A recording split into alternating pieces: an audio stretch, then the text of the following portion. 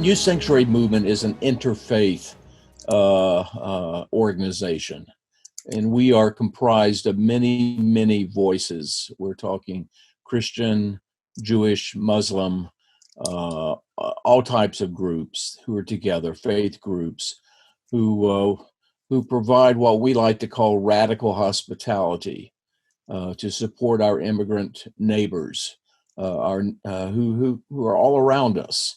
And we are supporting them in their journey toward justice and dignity. That's the main purpose of who we are. Mm-hmm. Yeah, we have to recognize that it's not our journey, it's their journey. Mm-hmm. And we are not coming on as some kind of a leader that's going to show them the way to the promised land. That's not the way it works. We are there to support them in their journey. And, a lot of it involves just basic issues of justice. Way back in 2016, during the summer of 2016, which was an election year, we were beginning to notice more, well, we all were, the noise, the rhetoric, the division that seemed to be widening in our country. And we actually, as a church, got the book, 12 Steps to a Compassionate Life. We studied it in a book group. I preached on it. And it really began to open our eyes that it's not just something where we can be disappointed in the way people and political leaders talk to one another, but we can maybe there is a positive way of doing something about it. So we at least opened ourselves to that possibility back in 2016. We had a lot of people in the church who were they were asking the question, what can we do? So we asked that same question again. Who are our neighbors who are being impacted by what's going on in our country right now? And the obvious answer was the immigrants. So that's when I began to contact, and others contacted me, and we began the networking, and we created the New Sanctuary Movement of Atlanta, which was originally probably about 5 churches in the area, began to formed up, and then we just grew partners because we knew if we brought somebody in, we were going to need a community support to be able to feed them, to house them, and take care of their emotional needs and everything. And on the other side of the equation, if we're going to educate about what sanctuary is all about, we need partners who will do that as well. So that's how we birthed the sanctuary movement, and it's grown since then. We have 40 to 50 partners now in the metro area. There are other groups throughout the country known as New Sanctuary movements. The New Sanctuary Movement of New York and Philadelphia and Seattle and Portland, all over the place. Yeah. So we just adopted the similar title to join in with that effort. We have four primary teams. The hospitality team, which deals actually with individual asylee seekers.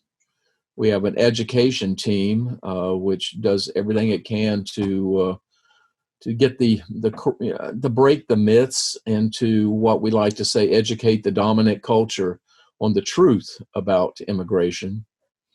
We have an advocacy team that works hand in hand with other immigrants' rights organizations, particularly in the local and state level, of keeping an eye on laws and other things that are happening. Community relation, that's the piece I'm missing there too. That's the one where we recognize that we need to be listening to the stories of immigrants, because I'll speak about that in a few minutes. But that, to me, if we're doing all this work in isolation, where we're just doing what we think we're trying to do to help the immigrants, then we're failing. And that's why we have to continually build bridges and connection with the immigrant community, so they are informing us, so we are knowing what we need to do, what their needs are that they're telling us. So we have many 2 members of our board are Episcopalian priests who have Hispanic ministries in their churches, Latin X communities throughout their area, and that's been that helps build those bridges and keeps the communication lines open. When we first got this going, we really thought that, okay, we're going to be a sanctuary church. So obviously someone's going to come knocking on our door who needs sanctuary, and we're going to let them into the church, and that'll be what this is all about.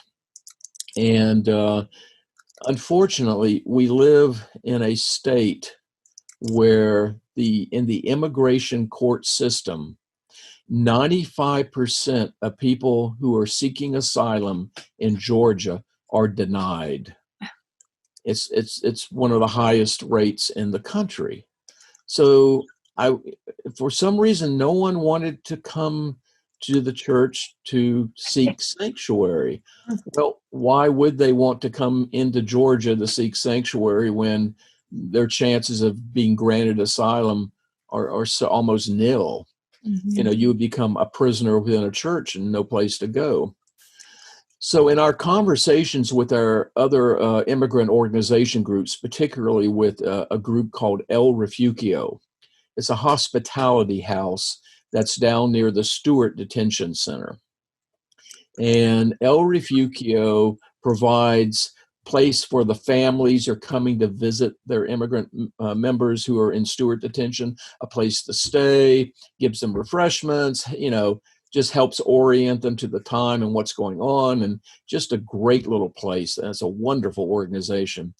Well, in talking with them, they suggested something to us that maybe we need to not focus so much on just people seeking sanctuary, but there are so many people who are some who are actually paroled from these detention centers who may not have any place to go, who are waiting, who need help just to get reestablished while they wait for their court case to finally come regarding asylum. And we said, yeah, that sounds like a great idea. We have this apartment in the church. We put in a shower in the church, and why don't we do this? And probably just a couple months later, we were approached by El Refugio and the SPLC, the Southern Poverty Leadership SPLC. Yeah, by the SPLC. Yeah. Their attorneys were representing a young man who was an orphan from Venezuela. And he was going to be able to be released from Stewart to await his eventual court appearance to go for asylum. But he had nowhere to go, no place. And they would not release him unless he had a sponsor. And of course, he had no family or anybody. So they asked us if the church would possibly be his sponsor. My goodness. We said, of course we would. We filled out the letter, wrote a letter to the immigration judge down there. And 3 months later, he arrived at our door. Oh, and actually lived with us for about 9 months. Oh, wow. And we had a network of people from these other churches who would provide, at this particular time, a meal every day. Somebody would come, drop off a meal, see if he needed anything or whatever. We got him in English as a second language at a local community college, and we just did all kinds of things with him. It was quite an experience. He eventually was able to move to New York because the immigrant courts up there, you have more of like a 70 to 75% chance of a success. So he was able to get moved up there, and he's now under the New York immigration court system. Wow. So now we have a young man who came in, who actually came into this country and presented himself for asylum. He wasn't in a detention center, but he was awaiting his asylum hearing with the courts. He's living with us now. He was being persecuted in Jamaica, and we were able to bring him into the church. He's living here now. He's completed his CNA, his his certified nursing assistant course. Oh my gosh. I think he's going to be starting a job actually within the next few days. Oh.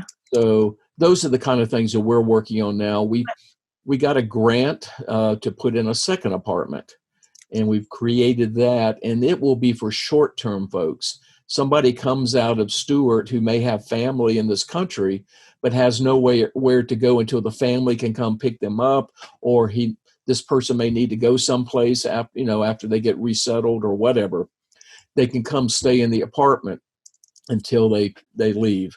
So it provides kind of a short-term thing. So we have a short-term and a long-term, but the way we do it now is called a cluster model that we borrowed from the folks in a sanctuary movement up in Massachusetts. And what it is, we have 6 churches, and 7, including my own, that support the person who's in asylum now. And they each take one day of the week, and they bring food, and then they take him places. We get medical care and all those kind of things for him. Mm-hmm. So that's how the cluster model to me is a great thing, because what you do is you take churches within a geographical area. So we're working on developing more cluster models in the metro area so we can have other places like that. And the thing, there are so many other places, sanctuary movements and groups that are doing similar things all over the country. That's what inspires me. Yeah. We're not out there all by ourselves. It's quite a network of folks who are busy doing this right now. Yeah. It speaks exactly to what the Charter for Compassion says. Yeah, I think if I was reading through, yours is a just society built through compassionate communities that challenge injustice and value diversity. And to me, that's, as a pastor, when I think of God's kingdom that's being built, that's what I see. At the table, we're all there.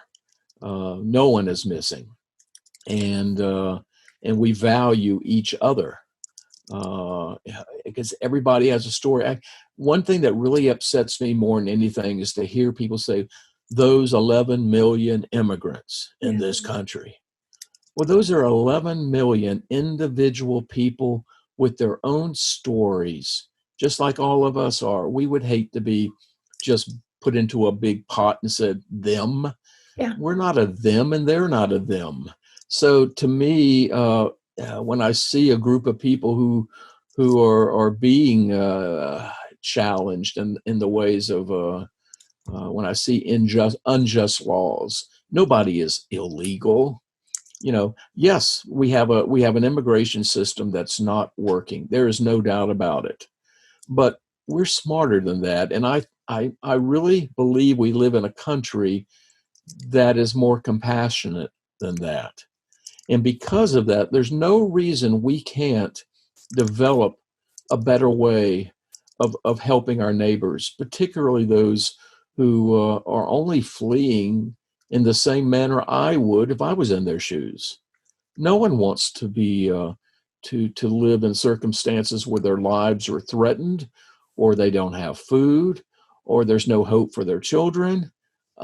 They are doing what any loving parent would do, or any person would do who is faced with that. So then I look at the other side of the equation, the diversity. Mm-hmm. And one of the things that I like to talk about is the Good Samaritan. Mm-hmm. I think there's a way you can flip that question around, that many times that the Good Samaritan are the immigrants who are actually tending to many of us who are lying in the gutter. Oh my God. Who are injured. To me, that's more of the story. I mean, that's the story Jesus actually told. And I see the hope of this nation. I see the hope of so many things through the lifeblood of immigrants who come in. And when I look at the church and I hear people saying, oh, the mainline churches are dying and Christianity is dying. No, it's not. look around the world right now. Christianity is doing very well in other places. And to me, the immigrant coming into this country is like reverse missionary. I think it's going to be what's behind the growth of Christianity in this country, but not just Christianity. Into for the Jewish people, for the Muslims. It makes no difference how you worship your God. What's important is that if you look at all these major religions that we are a part of as a faith group, we all have that same commonality of helping the oppressed, the foreigner, the alien. And I think all that ties directly into the Charter for Compassion. That's, the diversity and the injustice of building a community that that that shines like that. So important. I think, and it's hard for me because I used to be a very impatient person who wanted to fix things right away. And I would say stay committed and focused for the long run because it's a marathon. It's a long journey, and it's a journey that started before me, and it will be a journey that will continue way after me. That the deep issues that divide our country are not going to go away November 3rd, regardless of who wins or doesn't win. We have a lot of work to do.